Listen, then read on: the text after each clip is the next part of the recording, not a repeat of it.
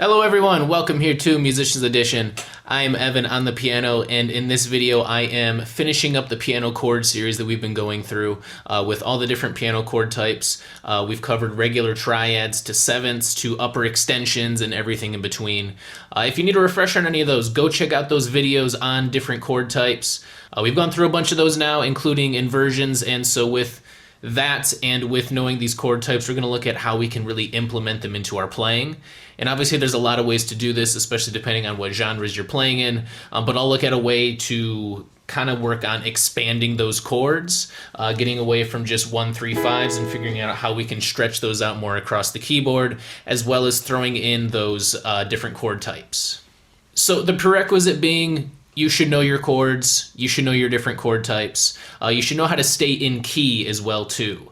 If you aren't there already, go back and check out some of our previous videos on those topics. You want to make sure you can play your basic chords in every key. You'll need to know how to find that 1, 2, 3, 4, 5, 6, 7 notes in a key, just being able to stay in key like that so you know what your options are. And that's where we're going to be slowly looking to add on to our regular notes. It's going to be those sevenths, it's going to be those upper extensions.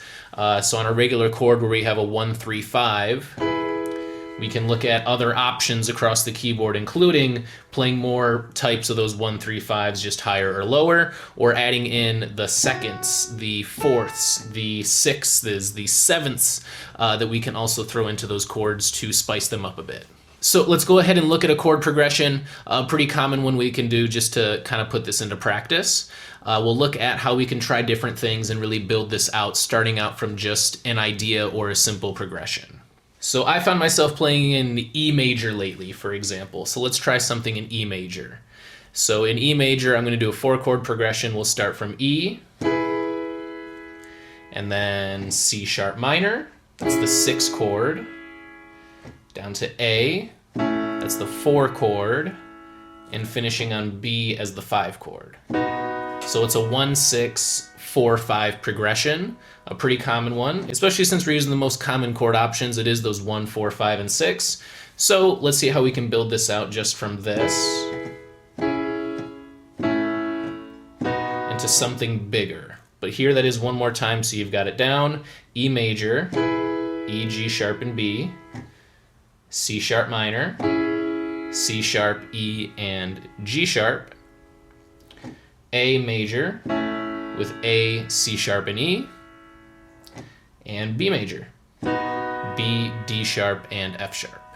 Those are the core 1-3-5 chords we're going to look at.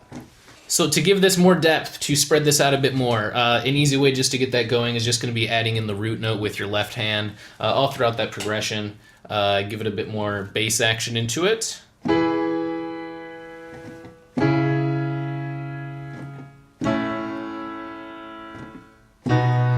So just adding in that 1 octave below root note. We're starting to give it a little bit more slowly here. And also with the left, other options we could be doing is we can play octaves down here to give it even more depth.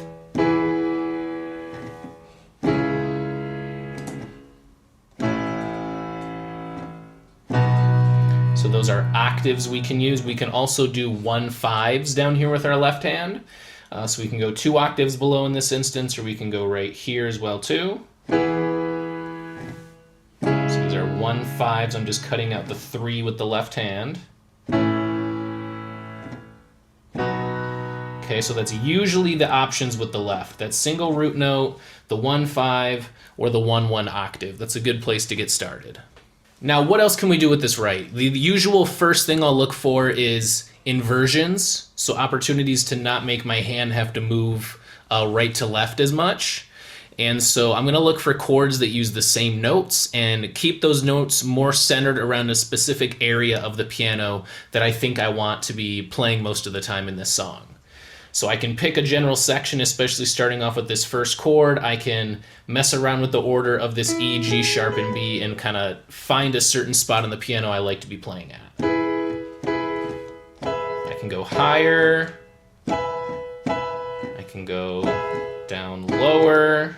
But no matter what, any combination of E, G sharp, and B is just kind of what I'm looking for.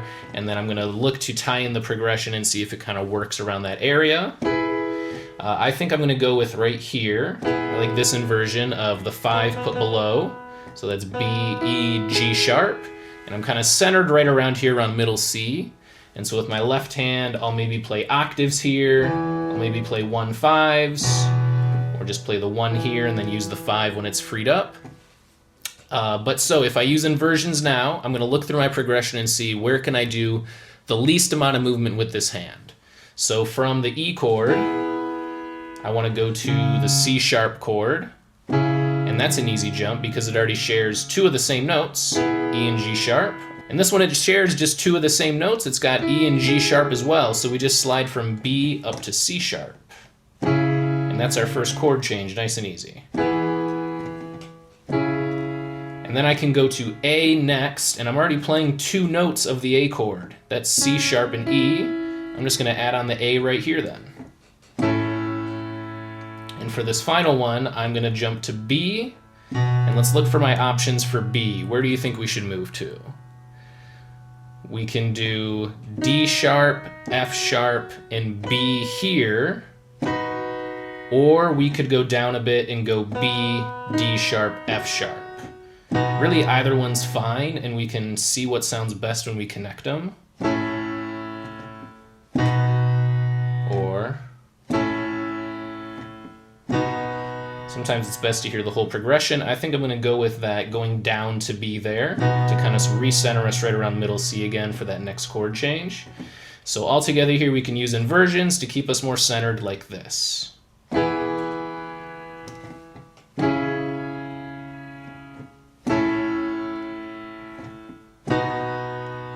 Okay, so try playing that progression.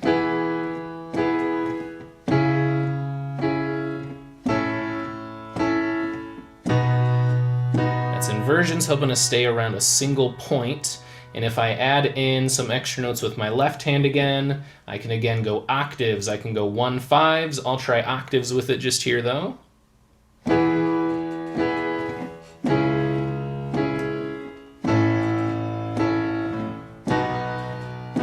Time.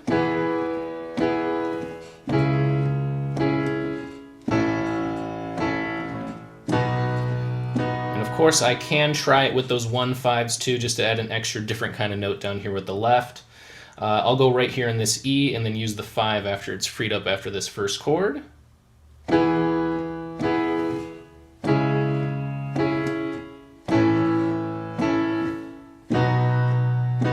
Okay, one more time. That is E by itself with the left hand first. And then C sharp and G sharp, 1/5. A and C, or sorry, A and E, the 1/5. And B and F sharp, the 1/5. So we've got a bit more depth, we've spread this out a bit, we found some things we like about this. And again, this is just an example. It can always fit any progression you're using in just this same way of applying those inversions, finding an area of the piano you like, stretching out a bit with the left hand, finding a couple notes you want to play there. And our next step is to add more complexity to the chords, especially with our right hands. We can add sevenths, and that's usually a nice little starting point. We can also look to add seconds, fourths, and sixths, those other notes that we are missing in our standard 1-3-5 chords. We can do this a couple ways. We can come in thinking of options that might work, or we can kind of just play around with the chords as we play them and see how they're going to affect the chords. I know a couple rules of thumb though that'll help us. Sevenths and ninths are always fair game. You know, you just got to make sure you know all the notes of the key you're playing in, so you know which sevenths or ninths those are going to be. You know, is it going to be majors or minors for each of those chords? So I always got to make sure I know all the chords in the key. So for E major, I got to make sure I stick to those notes: E, F sharp, G sharp, A, B, C sharp, D sharp, E. It's obviously possible to go out of key, but we're just going to keep it simpler with following the rules here. So it's going to be sevenths and ninths, always fair game on any chord, and I'll show you how to apply those for each of the chords. When it comes to the upper extensions of 11ths and 13ths. I mentioned in my previous video that the 11ths, which are really just the 4th but higher up, are mostly used for minor chords in not majors. So it's that 4th getting added in that is especially good for minors but not majors. The 13ths, which are really the 6ths, those are mostly used for major chords but not minors. So my options are really going to be to stretch out these chords. For every major chord, I'm going to look to add in a 2nd, a 7th, or a 6th. I'm not going to look at 4ths really. For minor chords, I'm going to do 7ths, 2nds, and 4ths. And those are the really different kind of chord options I'm going to look for in each. We can come in thinking about that. We can also just come in and start playing around and see what we like. But the reason we avoid those specific chord types for those major versus minor chords is we don't want to have a clash of two notes only a semitone apart getting played at the same time. And so in E, for example, the major 3rd is right next to the 4th. So we want to try to avoid that because we don't like that 3rd and 4th right next to each other. And for a minor chord, like the C sharp one, for example, the 6 is right next to the 5.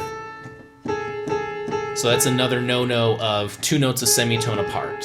So we want to try to avoid those extra spots of tension with those just semitonal gaps. So again, majors add in 6th comfortably, which would be 1, 3, 5, and 6. And the minors add in the 4th more comfortably, which right here would be F sharp. So let's look at these chords and let's look where we can add in some of these notes with the right hand.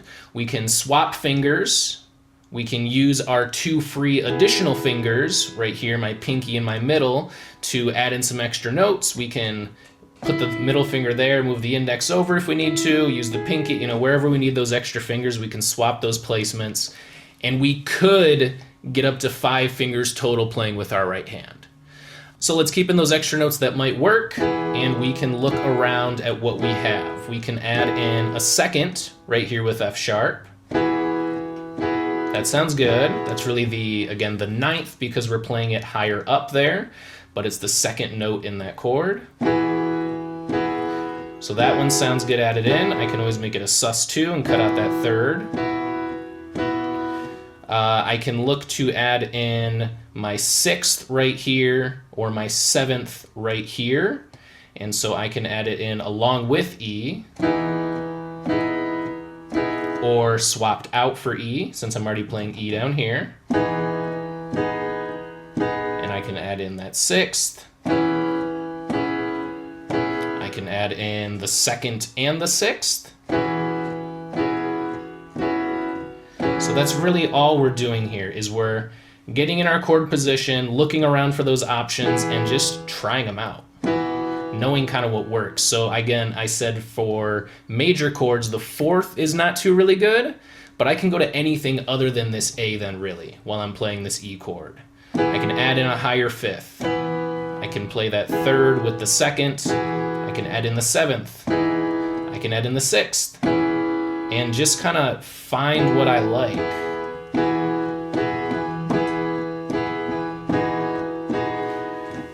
And that is really how we add in these upper extensions. We can look at how to do this with these other chords as well too. Playing this C sharp minor chord, my options are going to be adding in the 2nd here, going down and adding in the 7th maybe. I can play the 4th here. I'm going to avoid A again, which is the 6th. But yeah, I can go up to the 7th here as well too on B up there. So a lot of options.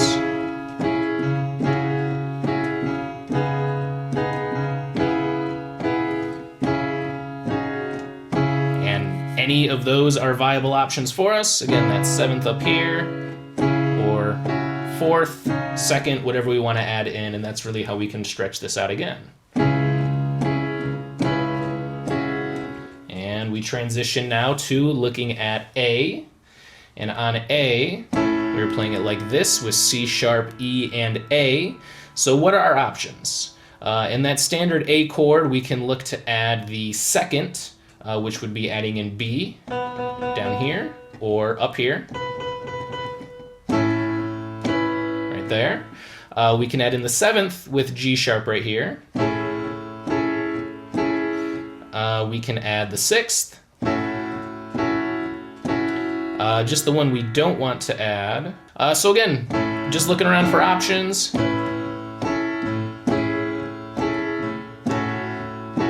And we can kind of add in different combinations and see what we like.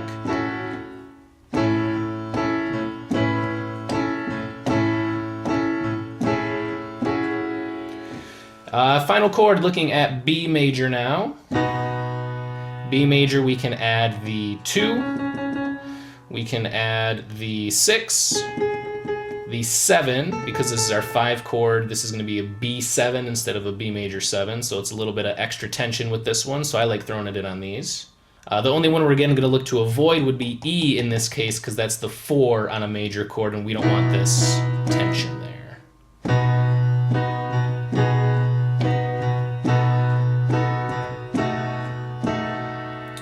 And that's it. So in all these chords, we have looked at our different options of adding in combinations of, in this case, the 7, the 6, the 2, or extra versions of the 5. There's so many options and combinations. And once you play these more and just really start to mess around with it more, you learn to recognize what that sound of a 9th chord is, what that sound of a 6th chord is, for example, and recognize it in songs and kind of know what it's going to bring to your own chord when you're playing it before you even start to play it. You know, kind of learn those situations where these things work, and it's just really kind of tying it all in together there.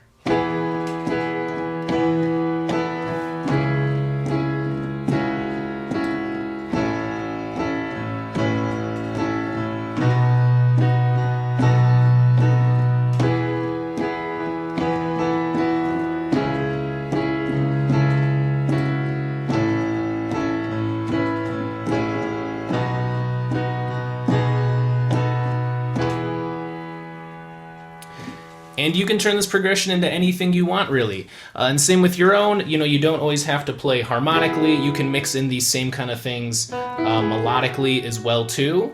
Adding in those 9ths higher up for an arpeggio, for any kind of melody you're going to be using as well, too. Usually start with something around the bass chord you're playing and add in those 9ths, add in those 7ths, add in those 6ths, you know, whatever notes kind of fit in, using it melodically or harmonically. And that's really our main idea here. Again, you can always go outside of the key, but it's good to know the rules, know your chord types, and be able to follow them generally by staying in key, because it is what generally works, and so that's kind of the best path to start off by doing this. Adding in extensions this way, and then it's a great next step for players looking to advance and spread out their playing to add more to it, whether you're songwriting or just coming over and improvising on the piano. And something I really enjoy doing is sticking with one progression for like a whole week, and each day I come up to the piano and I give it a different feel based on how I'm feeling. So for example, I might come up and for an entire week play this E major, C sharp, A major, B progression if it's something that I'm liking lately. And every time I step up, I can look at different extensions, different tempos, different feelings, just depending on how I'm feeling that day. And knowing my different chord types and these extensions and what's available to me lets me kind of get that extra expression off on the piano and try out these different variations. So it's a great tool to add into your piano playing. So have fun playing, and we'll see you next time.